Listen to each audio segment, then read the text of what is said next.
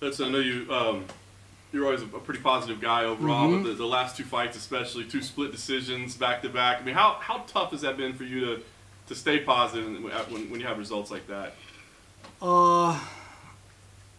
It's hard. It's not easy. It's hard, you know, because hey, I give my best every single day in the gym. You know, I really pay the price to get my W, and when you go there, I watch the fight. The people around me say, "Hey, you definitely won the fight." But I see the judge give for the other guy. It's not good feeling, you know. It's hurt a little bit, but it's over. I just focus on my next one. Nice.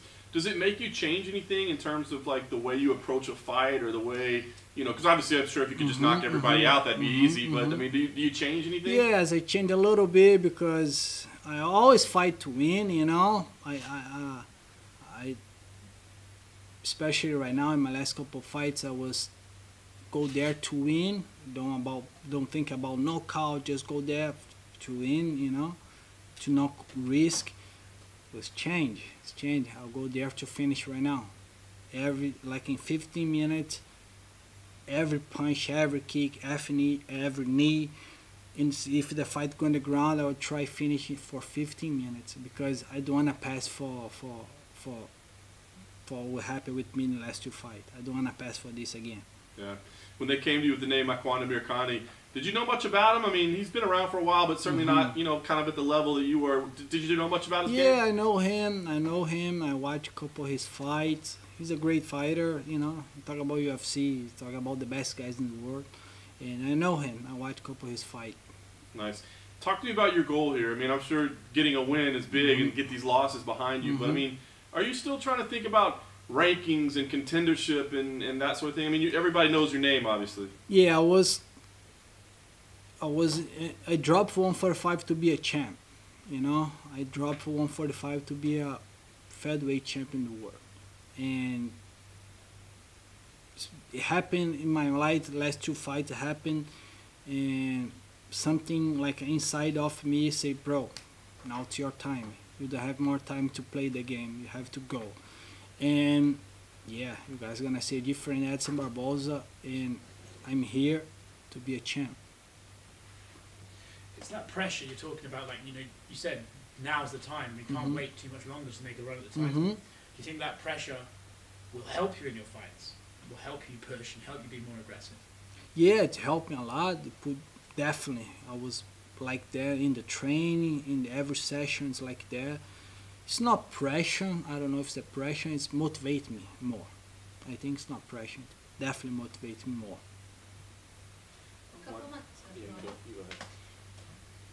A couple months ago, you tweeted something that you're not very satisfied with the organization and even thought about leaving. How's everything going right now? Are you okay with it? No, like I said, I never have a problem with the organization. I just want to fight. That's it. I'm a fighter. You know, sometimes I love work. I love my job. When somebody don't give your job, you be sad. You know, I was always ready to fight. I'm always ready to fight. Always ready to my manager call me and say, hey, do you have a fight? But when the company don't give me a job, I was sad. That's exactly what happened. I was sad because UFC don't give me a job, you know. But thank God I have a fight coming up on Saturday. I'm very happy for this. Was it easier after what you post? Was it easier to book a fight? Yeah, I put on my Twitter, and in a couple of days UFC gave me a fight. It worked. It worked. So you changed divisions. Do you think going back up, if I don't know if there's a fight that you want to fight or something like that? You know, it's a division that everybody has been watching right now because of Khabib and all that. Do you feel like going back up at some point? Why not? Like I said, I'm a fighter. I love my job. If UFC offers me a good fight at 155, I go up too, for sure. But like I said, I come to 145 to be a champ. I want to be a champ at 145. But yeah, why not? I love fight. Whatever UFC offers me, like 145, 155, especially the top guys, I'm always ready. Anybody at 155 that you would like to fight? I think having only one fight in 155, if you offers me to me right now, I would go up to 155. To fight at Paul Felder. I think that's the fight makes sense because I know he knows he don't want the last fight. He knows. And imagine me and him third, 3 fights, you know? It's going to be a great war. And I think if UFC offers me this, it's going to be fun.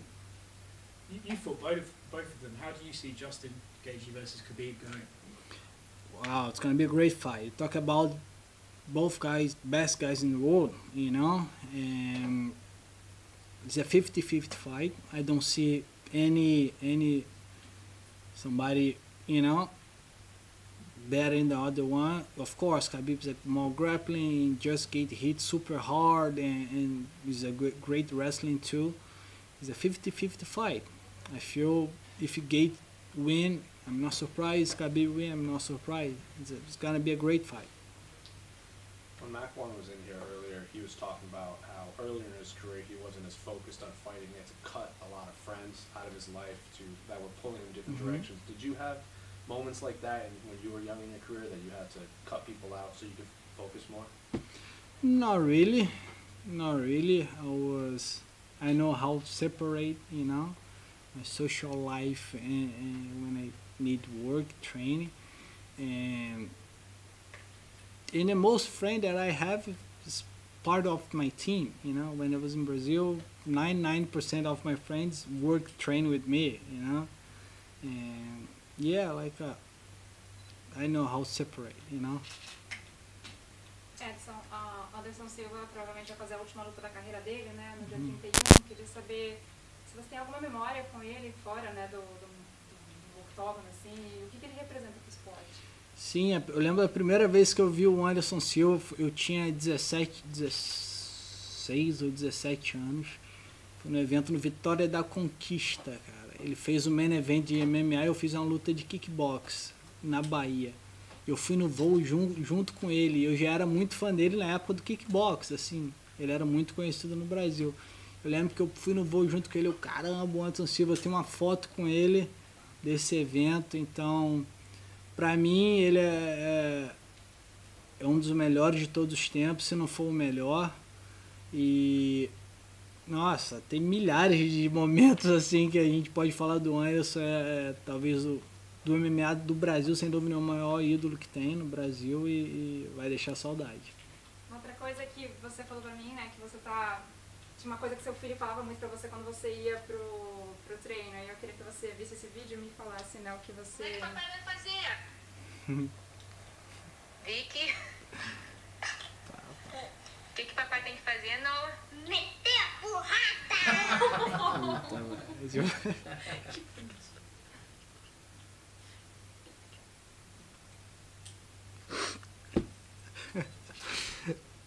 Oh God, sorry guys. Desculpa.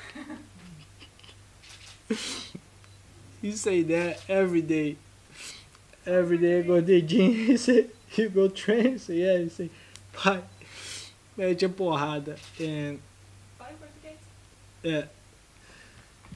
ele falou isso todo dia que eu fui pra academia. Todo dia que ele falava, pai, você vai treinar? Eu falei, vou treinar, filho. Pai, mete a porrada. Todo dia ele falava isso, todo dia. Não sei se foi a Bruna mandou, mas todo dia ele falava isso comigo. E com essa motivação que eu tô aqui. Eu tô aqui pra quando eu estiver entrando lá no cage e pra essa luta, eu tenho certeza que